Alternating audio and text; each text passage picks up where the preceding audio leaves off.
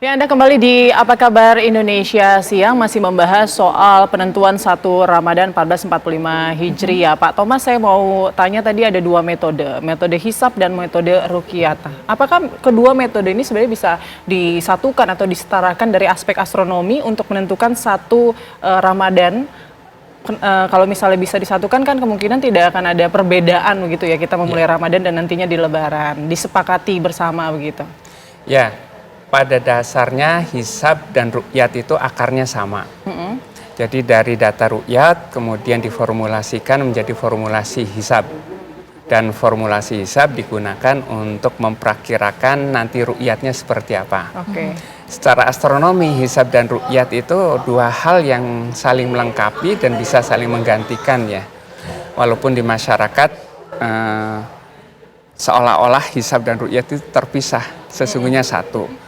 Oleh karenanya secara astronomi ini sedang diupayakan dan sudah lama diupayakan ya, untuk bisa mempertemukan hisab dan ruqyat. Karena pada dasarnya hisab dan ruqyat ini yang menjadi sebab perbedaan itu adalah pada kriteria. Kriteria itu adalah batasan minimal hilal itu bisa terlihat. Oleh karenanya supaya hisab dan ruqyat ini bisa dipertemukan, kriterianya harus kriteria yang kompatibel, yang bisa digunakan hisab, artinya mudah dihitungnya, kemudian bisa digunakan ruqyat, dan nanti hasilnya kira-kira akan sama.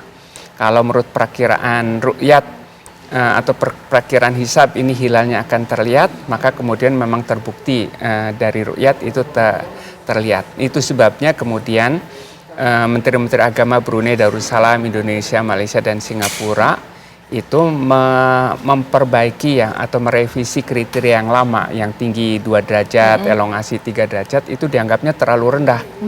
Karena cahaya hilal yang masih tipis itu kalah oleh cahaya syafaq atau cahaya senja.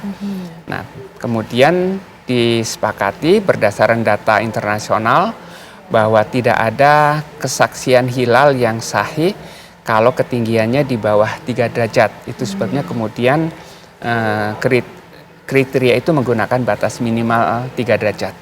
Kemudian kesaksian hilal yang paling dekat dengan matahari atau sudut elongasinya itu 6,4 derajat. Itu sebabnya kemudian digunakan itu batasannya. Karena kalau terlalu dekat dengan matahari, hilal itu sangat-sangat tipis sekali dan kalah oleh cahaya syafaq atau cahaya senja. Nah, dengan kriteria imkan ru'yat atau visibilitas hilal, itu yang kemudian diupayakan supaya hisab dan ru'yat itu bisa dipertemukan. Supaya nanti hasil hisab yang ada di kalender, itu hasilnya akan sama dengan hasil ru'yat yang dilakukan pada pantauan langsung pada saat maghrib tanggal 29.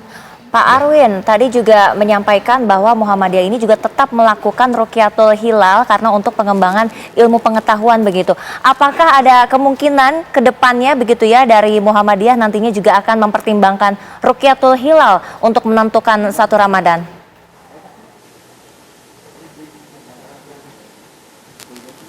Ya, saya kira perkembangan terbaru di Persyarikatan Muhammadiyah, persisnya beberapa hari atau beberapa bulan yang lalu, Muhammadiyah baru saja menggelar namanya Munas Tarjih, yang dalam Munas itu diputuskan bahwa Muhammadiyah tahun depan 1446 akan beralih kepada KHGT, Kalender Hijriah Global Tunggal. Dalam hal ini Muhammadiyah akan mengusulkan bahwa sistem penjadwalan waktu atau kalender itu harus bersifat internasional, tentu dengan segenap alasan, segenap argumen, dalil, dan seterusnya, yang dalam penetapan parameter atau kriterianya, dalam hal ini Muhammadiyah berubah dari wujudul hilal yang digunakan selama ini berpuluh-puluh tahun, akan beralih kepada kriteria yang disebut dengan imkan ru'yat 58. Ketinggian hilal 5 derajat dan sudut elongasi 8 derajat, tetapi dengan konteks global alias di mana saja. Artinya manakala hilal terlihat atau memenuhi ambang batas 58 itu di mana saja, maka itu akan diberlakukan di seluruh dunia. Tujuannya sekali lagi agar penentuan hari ibadah terutama di kalangan umat Islam di seluruh dunia itu akan sama termasuk di Indonesia. Jadi ini upaya atau langkah maju yang diusulkan Muhammadiyah tentu dengan segenap pertimbangan, dengan segenap pengkajian dan seterusnya yang tentu dalam perkembangannya, dalam perjalanannya ada dinamika, ada dialektika, ada kritik, bahkan kritik itu secara tegas dan jelas disampaikan oleh Pak Thomas. Saya kira ini sesuatu yang alami. Gitu. Itu perkembangan di Muhammadiyah. Oke, baik. Terima kasih banyak atas waktunya Pak Arwin Juli Rahmadi Butar-Butar, Kepala Observatorium Ilmu Falak Universitas Muhammadiyah Sumatera Utara, dan juga Profesor Thomas Jamaludin, peneliti Pusat Riset Antariksa BRIN dan anggota Tim Hisab Ruqyat Kementerian Agama Republik Indonesia. Terima kasih. Assalamualaikum. Waalaikumsalam warahmatullahi wabarakatuh. Baik, kami masih akan kembali dengan informasi menarik lainnya. Tetaplah bersama kami.